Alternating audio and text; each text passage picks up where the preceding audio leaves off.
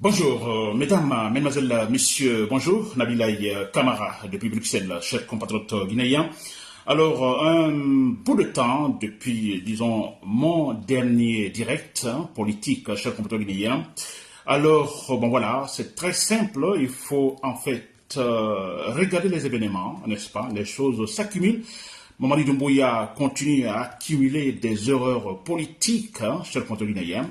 Alors voilà, bien regarder, bien en fait percevoir et ensuite voilà raisonner là-dessus, cher Guinéen, c'est ce que je fais pendant toute la semaine, cher Guinéen. Très bien. Alors toute la semaine, voilà, je perçois ce que je perçois, c'est que voilà, on n'est pas loin, c'est vrai. Alors je ne dis pas qu'on est proche de la guerre civile, mais c'est que Mamadi Doumbouya est en train en fait de s'aimer les bases, effectivement, disons, ou tout ce qui pouvait plonger la Guinée dans la guerre civile, n'est-ce pas, cher Guinéen? C'est clair, comme cela s'est passé au Rwanda. On a les mêmes signes, en fait, qui se placent petit à petit en Guinée. C'est vrai.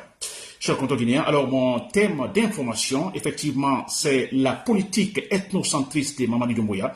Alors, une politique qui pourrait tout simplement nous plonger dans la guerre civile. Parce que, en fait, je dirais, entre la politique ethnocentriste et la guerre civile, n'est-ce pas, c'est un seul pas, cher Guinéen. Un pas seulement, on est dans la guerre. C'est vrai, la politique ethnocentriste, quand je parle de politique ethnocentriste, c'est quand les ethnies sont politisées, c'est-à-dire le pouvoir utilise les ethnies pour pouvoir gouverner, n'est-ce pas? Et ça, généralement, partout où cela s'est passé, ça conduit tout directement vers la guerre civile, cher Guinéen, n'est-ce pas? Voilà. Alors, c'est ça mon thème d'information, cher Guinéen. Alors, les choses sont claires. Dans ça, je vais parler, dans ce thème, je parlerai effectivement du Conseil national de transition CNT.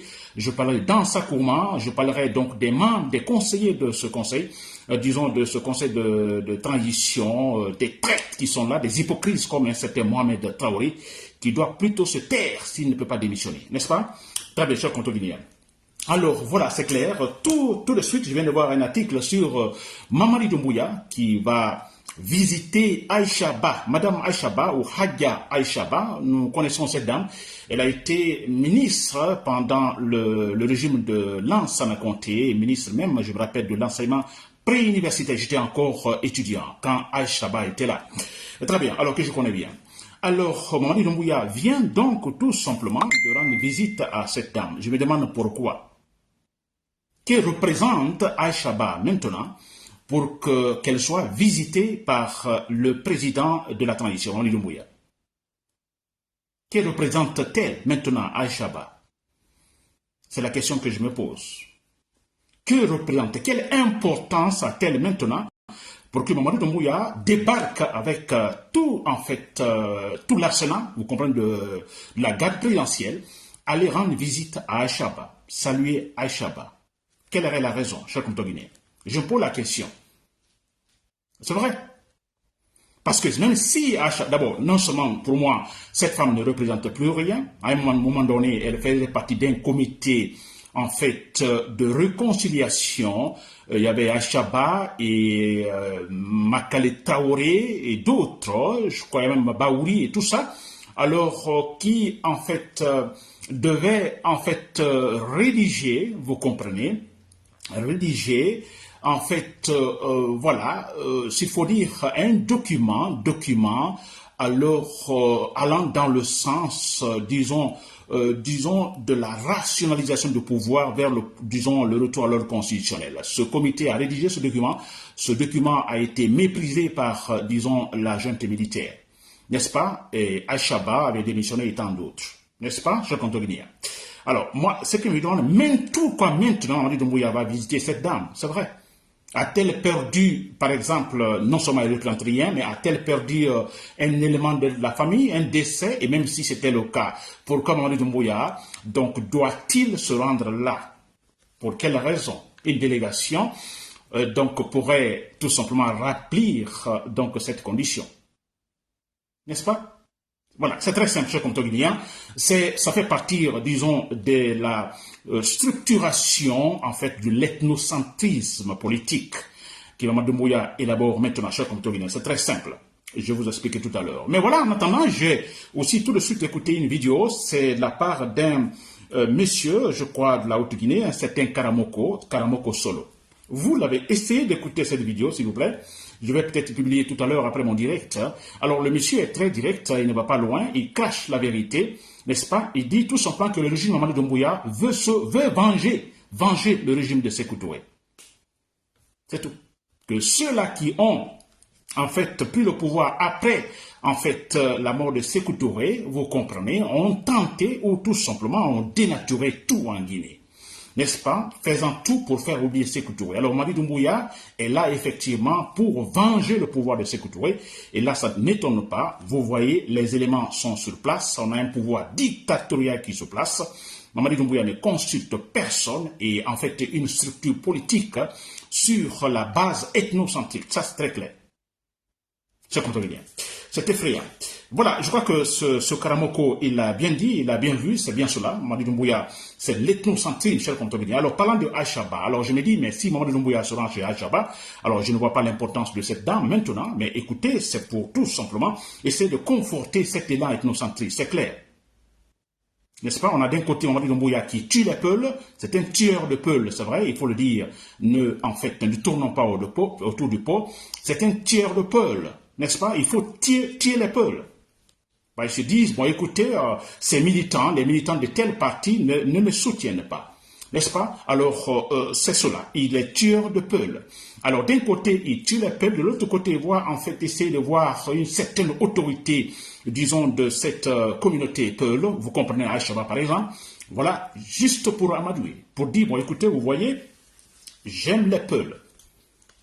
Vous voyez, on me qualifie d'ethnocentriste, ou donc d'avoir de la haine envers les Peuls, mais voici.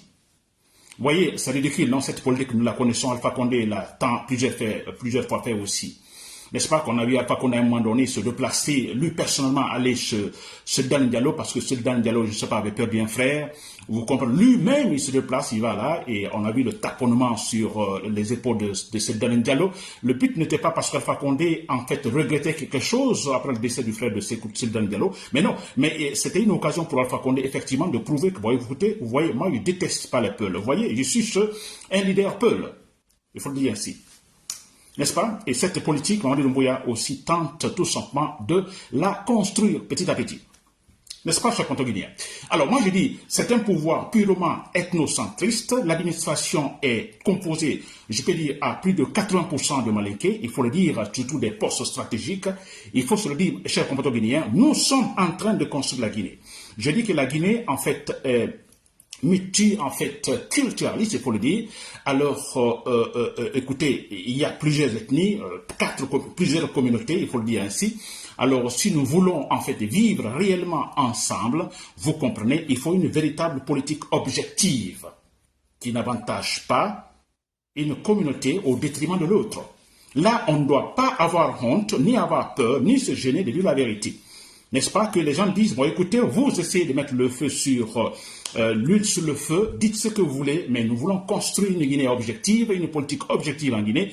Alors écoutez, aucune ethnie ne peut avoir beaucoup plus de privilèges, n'est-ce pas, donc au détriment des autres. Jamais, jamais, cher communauté guinéen.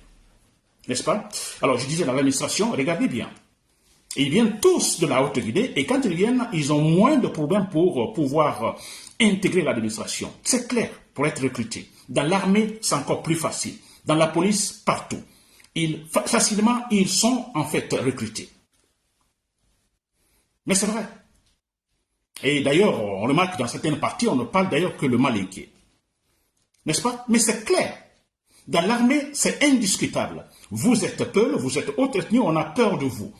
N'est-ce pas? Parce que retenez bien que quand Mamadi Doumbouya, en fait, avec sa politique ethnocentriste, ça fait confiance aux Malinké, n'est-ce pas? Disons à sa famille, n'est-ce pas? À sa famille, aux Malinké, à la communauté ethnique. Mais c'est pour dire, bon, écoutez, avec eux, je suis en sécurité. N'est-ce pas? Le but n'est pas réellement, comme on pourrait voir dans d'autres contrées, dans d'autres pays, le but n'est pas réellement de dire, bon, écoutez, je vais essayer, pendant qu'il est ici au pouvoir, je vais essayer de tout faire, en fait, alors, donner plus de pouvoir économique, disons, à ma communauté. Quand il ne serait pas là, il serait déjà à l'aise. Ce n'est pas le but, construire, par exemple, disons, mon territoire ethnique. N'est-ce pas? Ce n'est pas le cas. Mais le but ici, approcher son ethnie, approcher sa communauté, c'est pour dire, bon, écoutez, avec eux, au moins, je suis en sécurité. Avec eux, je pense pouvoir garder, en fait, définitivement mon pouvoir. Mais c'est cela. Ce n'est pas pour dire, bon, écoutez, pour que je puisse garder mon pouvoir, n'est-ce pas? Il faudrait tout simplement que la loi soit au-dessus de tout le monde. Et non que je sois entouré par mes ethnies. C'est ça, le chef comportement guinéen, la grande différence. Et nous nous battons aujourd'hui pour qu'un président, n'est-ce pas, n'ait pas en fait ce problème de sécurité. Sachant déjà que la loi est au-dessus de tout le monde. Quiconque s'attaque à son pouvoir s'attaque donc à la législation. La législation, la justice, qui en fait aura affaire avec lui. Nous nous battons pour cela. Donc un président, alors qui a confiance en la justice, qui se dit, bon, la loi est au-dessus de tout le monde. Et non un président qui se dit, pour que je sois en sécurité, je dois être accompagné, donc, ou je dois privilégier mon ethnie. Je dois être accompagné par mon ethnie. Dans l'administration, partout. Tous les postes stratégiques, mon ethnie. Dans l'armée, mon ethnie. Partout, mon ethnie, chaque combattant guinéen. Comme ça, mais je suis assuré. C'est cela, la Guinée, que nous voulons construire. Je pense que non. Parce que de cette manière-là, je vous dis, tôt ou tard, la guerre civile éclate. Et comment la guerre civile éclate, c'est quand cette partie, alors qui se sent tout simplement, cette partie mise à l'écart, qui va commencer aussi à avoir des armes, à se trouver des armes, vous voyez, c'est-à-dire ce sont des militaires, vous comprenez, et c'est là ça va commencer, comme ça s'est passé au Rwanda, et comme dans beaucoup d'autres pays. En Côte d'Ivoire, tout récemment, il n'y a pas longtemps, on a vu ça avec Ouattara et Bago au pouvoir. Oui, il y a eu division dans l'armée, alors certains ont formé certaines rébellions, ils ont des armes, et puis voilà, il y a eu confrontation. Ça, je vous assure, c'est la Guinée n'est pas loin de là. Parce qu'il va arriver à un moment donné où on se dira, mais écoutez, mais regardez, c'est une ethnie qui est privilégiée en Guinée, ce sont les Malinqués qui sont privilégiés, mais s'il vous plaît, où sont les autres? Où sont en fait les ethnies de la Basse-Côte, de la Moyenne-Guinée, de la la Guinée forestière? Où sont ces gens qui finalement se sentiront tout simplement frustrés? Et de frustration en frustration, finalement, on pensera effectivement à prendre les armes. Et la confrontation, des véritables grillades. Et là, vous verrez. Je vous assure. Et ça, je répète tout ce point également, on n'a pas besoin donc d'aller en fait s'asseoir dans une classe de sciences politiques pour tout simplement le prévoir. C'est terre à terre, c'est clair, c'est facile à voir. Vous imaginez, vous êtes dans une famille, votre papa est là, la maman est là, vous êtes des enfants, même père, même mère. Vous comprenez, vous êtes... en fait, vous remarquez, vous le papa a par exemple beaucoup plus d'admiration pour un de vos frères, n'est-ce pas? Plus d'admiration, pas seulement ça, mais qui en fait donne beaucoup de privilèges, je dirais, matériels à cet enfant, à votre frère. Et vous non, vous seul non, les autres oui. Il n'y aura pas ce sentiment de révolte à un moment donné, n'est-ce pas? Y aura-t-il pas un moment donné, un certain manque de respect envers votre papa, bien qu'il soit votre papa? C'est naturel, c'est logique, cher compatriote guinéen, et cela va se passer à l'échelle politique en Guinée. On ne peut pas aller comme ça, cher compatriote guinéen. On ne peut pas diriger la Guinée comme ça. Venger le pouvoir de Sékou Touré, sachant que ce pouvoir était purement dictatorial. Alors vous venez, vous ne pensez pas aux autres, vous êtes en fait de l'égoïsme aidant. Vous dites, bon écoutez, nous avons la recette pour diriger la Guinée, la recette politique pour diriger la Guinée. Et parce que qui parle du pouvoir de Sékou Touré, il est question d'écarter d'autres ethnies. Il est question effectivement d'écarter d'autres personnes. Il est question de tuer. Mais ça c'est en fait irréversible. Vous voulez du sécoutourisme en Guinée, vous allez tuer. Vous allez tuer les opposants, vous allez tuer les gens qui ne pensent pas comme vous. Comme ça se passe maintenant. Mamadi Doumbouya, il a tout simplement arrêté Foneke Mangue Mamadou Bilo parce qu'il ne pense pas comme lui. Ces gens ne pensent pas comme lui. D'autres également sont hors du pays qui ne pensent pas comme lui. Et c'est pas fini, il va tout arrêter les gens alors qu'ils ne pensent pas en fait comme lui.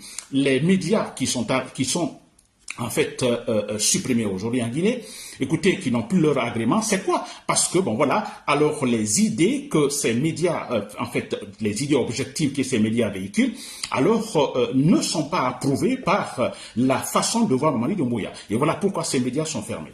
Et pourtant, les médias sont d'une grande importance. Regardez maintenant, on apprend que dans les coulisses, Mamadi Doumbouya tente d'avoir de l'argent parce qu'il n'y a pas l'argent. Il cherche de l'argent par-ci à travers en fait des sociétés étrangères. Vous comprenez, des commissions par-ci par-là. Vous voyez? Alors, avec la présence des médias critiques, objectifs, on est au courant de tout cela. Et tout est détaillé, tout est expliqué, tout est dénoncé. Mais c'est clair. On apprend que certains contrats ont été signés pour avoir de l'argent par-ci, par-là, et finalement, ils ont compris qu'il y a eu, en fait, fuite de ces documents, alors tout de suite, le contrat annulé. On apprend ça maintenant. Imaginez que les médias sont libres, et là, voilà l'importance des médias, empêchant le pouvoir d'aller au-delà de ce qu'il doit faire. C'est ça l'importance des médias, comme les partis politiques, ils doivent veiller à ce que le pouvoir n'aille pas loin, s'il vous plaît. Au-delà, en fait, ou simplement ne s'occupe pas seulement de ses intérêts personnels. N'est-ce pas? Mais de l'intérêt de tout le monde. C'est là l'importance aussi, à part les partis politiques, d'arriver au pouvoir, l'objectif premier, mais aussi contrôler le pouvoir, une sorte de contre-pouvoir. Nous sommes là, attention, nous veillons à ce que vous faites. N'allez pas au-delà, n'est-ce pas, de ce que vous devez faire. Les partis politiques sont là. Les médias sont là également pour ça, pour critiquer. Et voilà pourquoi, Mamadi Doumbouya, ces médias sont fermés. Les médias qui restent maintenant, vous comprenez, bon voilà, conjuguent les mêmes verbes, ou plutôt, en fait, obéissent intégralement, absolument à ce que Mamadi Doumbouya avait dit, ou veut faire. Pensez-vous que nous pouvons construire une Guinée, en fait, je dirais, multiculturelle, donc nous ne voyons pas les choses de la même façon, nous sommes ensemble, 4 régions communautaires, vous comprenez? Alors, on a un pouvoir qui va essayer d'imposer une seule vue, sa propre vue à tout le monde. Ça ne peut pas marcher. C'est impossible. Pensez-vous que nous pouvons réussir sans effectivement, je dirais, des débats critiques, des débats discursifs, des débats objectifs qui dénoncent réellement? Pensez-vous que c'est possible? Parce que nous ne ferons pas ici, en fait, une seule communauté, n'est-ce pas? Je prends par exemple, si la Guinée était par exemple composée d'une seule ethnie, je prends par exemple, ça c'est la force également de l'Allemagne. L'Allemagne, on peut dire basiquement, il y a une seule ethnie, donc facile politiquement à gouverner. Une seule ethnie, n'est-ce pas? Ça sera facile. Mais un pays composé de plusieurs ethnies, c'est encore compliqué. Et dans ce cas-là, qu'est-ce qu'il faut faire? Vous comprenez? Il faut embrasser ce qu'on appelle ici la démocratie, qui encourage la coopération, qui encourage l'association, qui encourage effectivement qu'il y ait une structure politique objective, transparente. C'est cela, la seule manière pour un pays multiculturel, effectivement, de se développer, ou de toute façon de vivre dans la stabilité politique. C'est comme ça. Alors, vous avez compris, je dis bien, Mamadi Doumbouya, son pouvoir, c'est de l'ethnocentrisme 100%. Et là, le pouvoir, les Malinqués sont privilégiés. Je dis bien, les Malinqués sont privilégiés. Ils ont plus de facilité, effectivement, à se trouver dans la fonction publique, plus de facilité à être enrôlés dans l'armée, dans la police, partout, c'est clair et net. Et même dans la conduite, s'il vous plaît, dans la conduite, un chauffeur, vous êtes Malinqué, n'est-ce pas? Vous arrivez à un barrage, vous parlez malinqué, vous êtes malinqué, mais je vous assure à 100%, ce sera encore plus facile pour vous. En fait, voilà, la communication serait plus facile et vous pourriez atteindre votre but. Comparativement, surtout à un peuple qui serait là, vous comprenez ce qu'il s'est fait, parce que l'homme qui est là, c'est un militaire malinqué, vous comprenez la majorité, même s'il n'est pas malinqué, le Soussou qui est parmi les groupes de militaires, alors ce Soussou, en fait, il n'a pas la voix au chapitre, parce qu'il a ce complexe d'infériorité, il s'est dit, bon écoutez, je suis avec les gens supérieurs, c'est eux qui sont au pouvoir, le Soussou n'a aucun pouvoir, même le peuple qui est parmi les militaires, il n'a aucun pouvoir, il se tait. Vous comprenez? Et ce peuple-là qui est dans les problèmes, écoutez, il a des problèmes, parce qu'il est peuple. N'est-ce pas, cher Comte? On a vu tout récemment. Alors, j'apprends que c'est effectivement dans l'enceinte, disons, d'un camp militaire à Conakry. Donc, cette vidéo que nous avons vue, où une bonne dizaine de militaires qui, en fait, qui étaient en train de chicoter, en fait, un jeune. Bon, on apprend aussi que c'était un militaire, tout ça. Mais sûrement un peu. Ce monsieur, il criait, il parlait en poula. C'est un peu. Et là, en fait, la haine, en fait, se multiplie par 5, sachant que c'est un peu. Parce que si c'est un malinqué de Séguine, de Kérouane et autres, on ne sait pas. Non, ce ne serait pas comme ça. On ne l'aurait pas chicoté ainsi. Mais c'est un peu, et il y a cette idée, ben écoutez, un peu, ils se prennent pour qui en Guinée, ces gens? Vous comprenez? Et la haine de le chicoter, de l'égorger, c'est cela. Vous pensez-vous qu'avec ça, la Guinée, la Guinée est prête pour se développer, pour retrouver la stabilité politique? Un Mamadi Doumbouya qui pense en fait venger le pouvoir de Sékou Touré, faire revenir le sécoutourisme maintenant au XXIe siècle, ça c'est impossible. Mais il va tenter, ça veut dire qu'il va égorger, il va tuer, même s'il va tomber après. Alors nous acceptons cela. Alors cette politique également de sécoutouriste, ethnocentriste, c'est aussi cela. Il faut payer les consciences. Vous avez, il y a certains artistes maintenant, là on peut comprendre, qui reçoivent de l'argent. Ils reçoivent de l'argent pour mentir. Il faut mentir. Mamadi Doumbouya, il est là depuis 2 ans, 3 ans, il a fait quelque chose. Ah bon voilà, qu'est-ce qu'il a fait? Il a mieux fait que les autres. N'est-ce pas? C'est cela. C'est cette politique sécuritaire, c'est de la propagande et tout ça. Mamadi Doumbouya n'a pas renversé Alpha Condé. C'est pourquoi? C'est pour effectivement corriger les erreurs en fait politiques de Alpha Condé. Parce qu'on n'a jamais respecté la Constitution, on n'a jamais respecté les lois. Il y a un problème de comportement. C'est ça que Mamadi Doumbouya doit corriger. On ne demande pas à Mamadi Doumbouya de construire des ponts ou de faire des routes ou quoi, je ne sais pas d'autre. C'est pas ce qui est demandé. Parce que là, il ne peut pas le faire. Même pendant 50 ans, il ne peut pas le faire. Il se bat maintenant juste pour garder le pouvoir, cher Guinéen, n'est-ce pas? Très bien. Et toujours dans cette situation, je vais parler également du Conseil national de transition avec Dansa Kourouma. Alors, Dansa Kourouma, c'est énervant, ce monsieur. C'est énervant parce que, vous voyez, c'est un homme déjà paradoxal. Il est plein de paradoxes, de contradictions. Alors, vous voyez, on a un gars comme ça qui, en fait, est à la tête du Conseil national de transition. On dit Conseil national de transition. Normalement, avec le seul concept conseil, quand on dit conseil, c'est des gens sages. N'est-ce pas? Des gens sages. Des gens objectifs. Des gens, en fait, irréprochables sur le plan de comportement. Des gens réfléchis, s'il vous plaît. Rationnels. Quand on dit conseil, Conseil national de transition. Ensuite, on dit national. Donc, qui représente tous les Guinéens. N'est-ce pas? Normalement, on doit avoir des gens, en fait, exemplaires. Mais regardez Dansa Kourouma. Vous avez vu comment Dansa Kourouma parlait? Vous avez vu l'autre fois, pendant une session du Conseil national de transition, Baouri était là. Alors, les questions lui ont été posées. Vous avez vu comment Dansa Kourouma intervient? N'est-ce pas? De la dictature pure en cet homme. C'est clair et net. Ça rappelle le temps de Sékou Touré. C'est nous qui sommes là. Nous sommes propriétaires de la Guinée. Mais c'est cela. Sékou Touré et sa famille se comportaient ainsi. Vous avez vu Dansa Kourouma? Écoutez, un monsieur qui posait des questions à Baouri. Baouri a donné en fait des explications sur sa politique de gouvernement. Vous comprenez des questions en fait relatives à ce thème, à ce discours de Baouri. Alors des questions tombent beaucoup plus critiques et Dansa Kourouma n'est pas d'accord. Parce qu'il ne veut pas, parce que la dictature ne veut pas de contradiction. La dictature, c'est mon idée et c'est cela. J'impose, vous vous taisez. Et c'était cela dans Dansa Kourouma. Il a dit à ces gens, non, écoutez, vous, on vous connaît déjà. Alors, non, des questions comme ça, non. Écoutez, retirez le micro. Et il va jusqu'à crier, gronder une femme. Alors, vous, retirez le micro, s'il vous plaît. La dictature, cet homme. Malhonnête. Il est malhonnête. Regardez au temps d'Alpha Condé, regardez la fin du pouvoir d'Alpha Condé, c'est ce qu'il a dit. Ce qu'il a dit, avec des mots par-ci, par-là, avec cette fameuse 3e mandat injuste. Vous comprenez, Dansa Kourouma était capable de dire, bon, écoutez, il est élu, c'est lui. Nous respectons la démocratie, la République. Quelque temps après, Alpha Condé est terrassé Mamadi Doumbouya. Cet homme hypocrite qu'il est, alors il rejoint encore Mamadi Doumbouya. Alpha Condé, voilà. Vous voyez, on a un gars comme ça, malhonnête, à la tête du Conseil national de transition, et qui aujourd'hui est en train de parler d'un projet de constitution en Guinée. S'il vous plaît, pensez-vous que c'est normal cela, qu'on ait des gens comme ça au pouvoir? C'est incroyable. Ensuite, dans ce Conseil national de transition, on a des membres qui sont là. Alors, beaucoup de ces membres qui ont été, ces conseillers, beaucoup étaient à l'étranger, n'est-ce pas, en France, en Belgique, ou je ne sais pas où, au Canada, ou tant d'autres, ou en Guinée là-bas, alors qui sont là, n'est-ce pas, qui se battaient pour la démocratie, qui défendent les principes, les valeurs démocratiques. Alors, ils sont aujourd'hui dans ce Conseil national de transition, alors, la bouche fermée. Ils reçoivent de l'argent, ils sont bien payés, bien payés. Sûrement, ils ont aussi des voitures, très bien payées, bien rémunérées. Ils se taisent. Ils se taisent, sachant ce qui se passe réellement, de la véritable dictature qui s'installe en Guinée. Ces gens-là sont là.